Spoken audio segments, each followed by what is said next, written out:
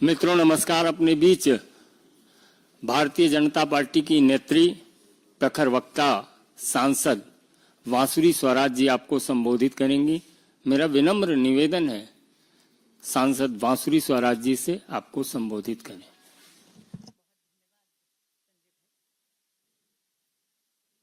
बहुत धन्यवाद संजय भाई।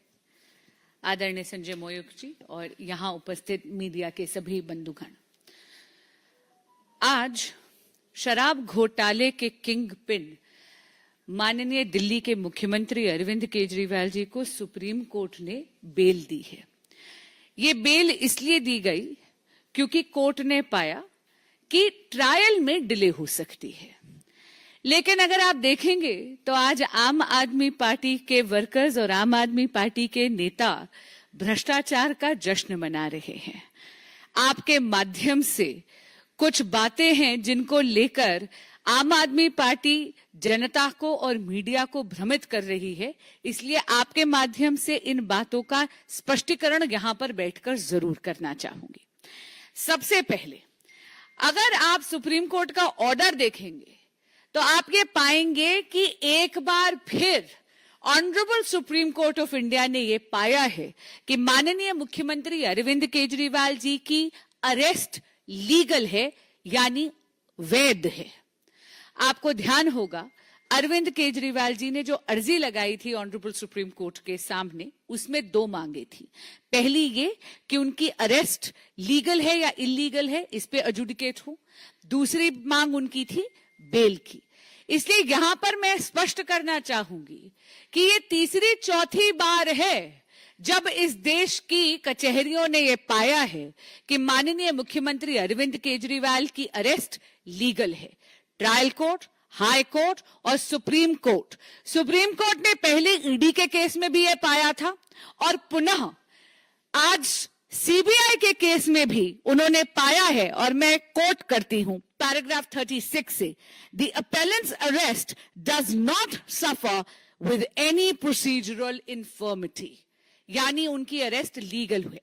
इसका क्या अर्थ है? इसका अर्थ यह है कि जांच एजेंसियों के पास पुख्ता सबूत थे, सफिशिएंट मटेरियल था, काफी सारे तथ्य थे जिसके कारण यह पाया गया कि अरविंद केजरीवाल जी को अरेस्ट करना जायज है। इसका सीधा अर्थ यह भी होता है कि न केवल अरविंद केजरीवाल जी शराब घोटाले के किंग पिन हैं, बल्कि सर से लेकर पांव तक शराब घोटाले में लिप्त हैं, क्योंकि कचहरियों ने बार बार यह पाया है। आपने देखा होगा आज की कंडीशंस, पैराग्राफ 47 उसका पॉइंट डी उठाकर देख लीजिएगा। अरविंद केजरीवाल जी को रोका गया है किसी भी फाइल पर साइन करने से और सीएम ऑफिस जाने से। क्यों? ईडी का जब आप ऑर्डर सुप्रीम कोर्ट का देखते हैं तो वहां आपको याद होगा कि honourable supreme court of India ने एक संकेत दिया था। माननीय मुख्यमंत्री अरविंद केजरीवाल जी को कहा था कि नैतिकता के आधार पर उनको इस्तीफा दे देना चाहिए। जिस तरह वो मुख्यमंत्री की कुर्सी को जकड़ कर बैठे हैं, ये उद्दंडता और उनकी हट से दिल्ली का अहित हो रहा है। लेकिन माननीय मुख्यमंत्री अरविंद केजरीवाल जी ने सुप्रीम कोर्ट के इस संकेत को समझा नहीं, क्योंकि सत्ता के मोह में वो इतने ज्यादा मदमस्त हैं। और इसीलिए एक बार फिर सुप्रीम कोर्ट ने आज चाहे बेल दी हुई, लेकिन क्योंकि उन्होंने ये पाया है कि अरविंद केजरीवाल जी लिप्त हैं इस शराब घोटाले में, इसीलिए उनको ना तो सीएम के ऑफिस जाने के योग्य समझा गया है, ना किसी फाइल पे साइन करने के योग्य समझा गया है। यानी माननीय मुख्यमंत्री अरविंद केजरीवाल जी एक बेपरवाह सरकार के एक लापरवाह मुख्यमंत्री हैं। धन्यवाद।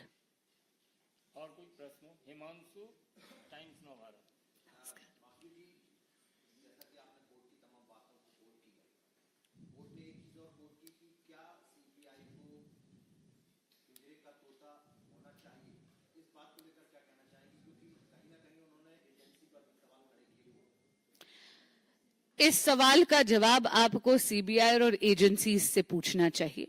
इतना जरूर कहूंगी कि ये जो व्यू दूसरे जज का था उस पर मैं किसी प्रकार की टिप्पणी नहीं दे सकती। हाँ, इतना जरूर कहूंगी कि जो फाइनल ऑर्डर आया है उसमें ईडी का जो पहले ऑर्डर था उसको बेस बनाया गया, और इन दोनों, चाहे सीबीआई वाला आज ऑर्डर हो, चाहे पहले 10 मई का ऑर्डर जो ऑनरेबल सुप्रीम कोर्ट ने पारित करा है, दोनों ही ऑर्डर्स में बहुत कैटेगोरिक फाइंडिंग है कि माननीय मुख्यमंत्री अरविंद केजरीवाल जी की अरेस्ट लीगल है, इन्वेस्टिगेटिंग एजेंसीज के पास सफिशिएंट मटेरियल है, तभी ये अरेस्ट लीगल मानी गई है।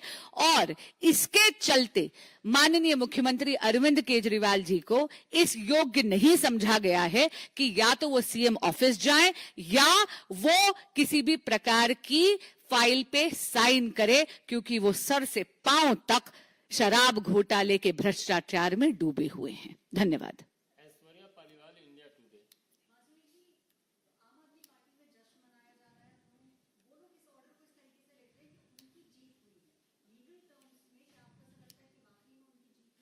जी बिल्कुल नहीं। जब भी किसी भी ट्रायल में अगर डिले हो रही है, और खास करके क्योंकि शराब घोटाले में नंबर ऑफ विटनेसेस भी ज्यादा हैं और जांच एजेंसियों के पास इतने पुख्ता और काफी ज्यादा बड़ी तादाद में सबूत है, मैं एज अ वकील बात कर रही हूं यहां पर, ऐसे में बेल मिलना एक प्रोसीजरल चीज होती है। अगर आप देखें तो यहां पर किसी भी साधारण व्यक्ति को भी बेल मिलती। लेकिन इतना जरूर कहूंगी कि आम आदमी पार्टी की एक पुरानी आदत है प्रचार प्रसार और भ्रष्टाचार। आज वो अपने भ्रष्टाचार का जश्न जरूर मना रहे हैं। अंकित गुप्ता, एबीपी।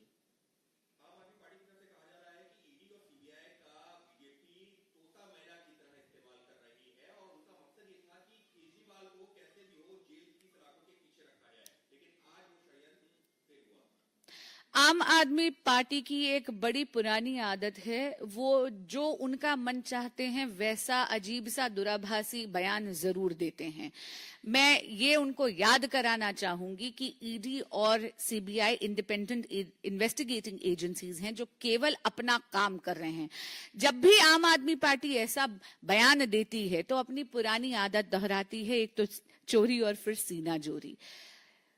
एक चीज मैं उनसे जरूर पूछना चाहूंगी, क्या उनका इस देश की न्याय प्रणाली पर विश्वास नहीं है? अगर है तो उनको कभी भूलना नहीं चाहिए कि ट्रायल कोर्ट हो, हाई कोर्ट हो या फिर ऑनरेबल सुप्रीम कोर्ट हो, ये आज दूसरी बार honourable supreme court of India ने ये कहा है कि माननीय मुख्यमंत्री अरविंद केजरीवाल जी की अरेस्ट लीगल है, इन्वेस्टिगेटिंग एजेंसीज के पास सफिशिएंट मटेरियल होता है, तभी कोर्ट कचहरी ये ऑर्डर करती है कि आपकी अरेस्ट जायज है, वैध है। और इसका अर्थ ये है कि माननीय मुख्यमंत्री अरविंद केजरीवाल जी इस स्कैम में सर से पांव तक डूबे हुए हैं। अंबुज पांडे, पीटीआई। केजरीवाल जी को जमानत के लिए तमाम विपक्ष के नेता जो हैं इस कोर्ट के इस फैसले को वेलकम भी कर रहे हैं और इसी बहाने बीजेपी को टारगेट लगातार किया जा रहा है। वही आरोप की सीबीआई, ईडी और एजेंसीज का दुरुपयोग बीजेपी करती रही। तो इस चीज में जो है पूरे अपोजिशन की यूनिटी नजर आ रही है, इसको कैसे देखती हैं? चोर चोर मौसेरे भाई। और इतना मैं आपको जरूर कहूंगी, इंडी अलायंस की ये पुरानी आदत है, वो भ्रष्टाचारी और बलात्कारी दोनों लोगों को बचाने का पूरा पूरा प्रयास करते हैं।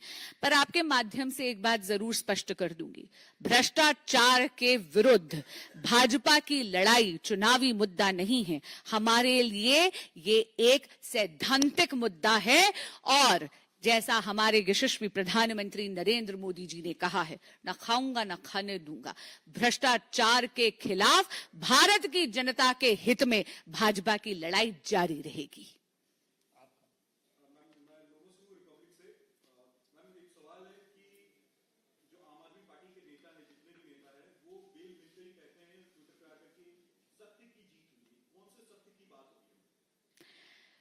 देखिए, ऐसा है, आज शराब घोटाले के किंग पिन माननीय मुख्यमंत्री अरविंद केजरीवाल जी को बेल दी गई है as a matter of procedure, और वो भी इसलिए क्योंकि ट्रायल में डिले हो रहा था। आम आदमी पार्टी जब सत्यमेव जयते लिखती है ट्विटर पे तो ये बहुत दुर्भाग्यपूर्ण बात है। मैं खुद एक वकील हूं। सत्यमेव जयते का मेरे लिए बहुत ज्यादा मायना है। सत्यमेव जयते का इस तरह मखौल उनको नहीं उड़ाना चाहिए। वो शायद भूल रहे हैं, जैसे मैंने कहा, paragraph 36 of the order passed today by the Honorable Supreme Court of India says कि माननीय मुख्यमंत्री अरविंद केजरीवाल जी की अरेस्ट लीगल है। ये तीसरी या चौथी बार इस देश की कचहरियों ने पाया है कि इन्वेस्टिगेटिंग एजेंसीज के पास इतने पुख्ता सबूत हैं कि वाकई में अरविंद केजरीवाल जी शराब घोटाले में किंग पिन हैं और इसीलिए उनकी अरेस्ट को लीगल पाते हुए उन्हें इस योग्य नहीं समझा गया कि वो मुख्यमंत्री का कार्यभार संभाल सके। ना उनको मुख्यमंत्री के कार्यालय जाने की अनुमति है, ना उन्हें किसी फाइल पे साइन करने की अनुमति है। तो बताइए किस प्रकार का सत्यमेव जयते। विनीत टीवी 18। मैम, आप लोग एलजी के पास गई थी क्योंकि अरविंद केजरीवाल जेल में थे और काम नहीं कर पा रहे थे। अब वो जेल से बाहर आ गए हैं, लेकिन वो कार्यालय नहीं जा सकते हैं, अपने फाइल पे साइन नहीं कर सकते हैं। तो क्या आप फिर से उनकी बर्खास्तगी की और या इस्तीफे की मांग करेंगे? हम माननीय उपराज्यपाल जी के पास इसलिए नहीं गए थे क्योंकि माननीय मुख्यमंत्री अरविंद केजरीवाल जी जेल में थे और इसलिए काम नहीं कर पा रहे थे। हम माननीय उपराज्यपाल जी के पास इसलिए गए थे क्योंकि यहाँ पर एक दशक से माननीय मुख्यमंत्री अरविंद केजरीवाल जी मुख्यमंत्री पद पर आसीन हैं और 177 दिन ही वो जेल में थे। उससे पहले तो वो आजाद घूम रहे थे, लेकिन दिल्ली में उन्होंने कोई काम नहीं करा। आप यहाँ पर देख लीजिए, जरा सी बारिश हो जाती है तो दिल्ली जल भराव के कारण डूब जाती है। गर्मी आती है तो दिल्ली बूंद बूंद के लिए तरसती है। अभी आगे सर्दी आएगी तो दिल्ली फिर प्रदूषण में लिप्त हो जाएगी। एक दशक से यहाँ पर शासन भोगा पर दिल्ली की जनता के लिए कोई काम नहीं करा। पूरा का पूरा दिल्ली का इंफ्रास्ट्रक्चर जर्जरा रहा है माननीय मुख्यमंत्री अरविंद केजरीवाल जी की भ्रष्ट सरकार के कारण।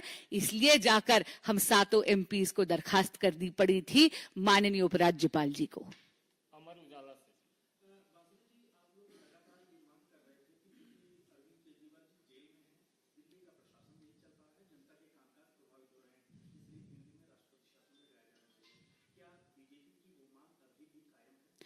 भाजपा ने कभी भी दिल्ली में राष्ट्रपति शासन लगाने की मांग नहीं करी है।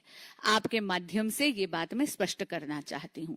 लेकिन ये बात बिल्कुल सच है कि माननीय मुख्यमंत्री अरविंद केजरीवाल जी के जो सत्ता का मोह है, जिसके कारण वो सीएम की कुर्सी को जकड़ कर बैठे हैं, इसके कारण उन्होंने दिल्ली के बाशिंदों के अहित में यहां पर एक संवैधानिक क्राइसिस यानी एक कॉन्स्टिट्यूशनल क्राइसिस जरूर उत्पन्न कर रखा है।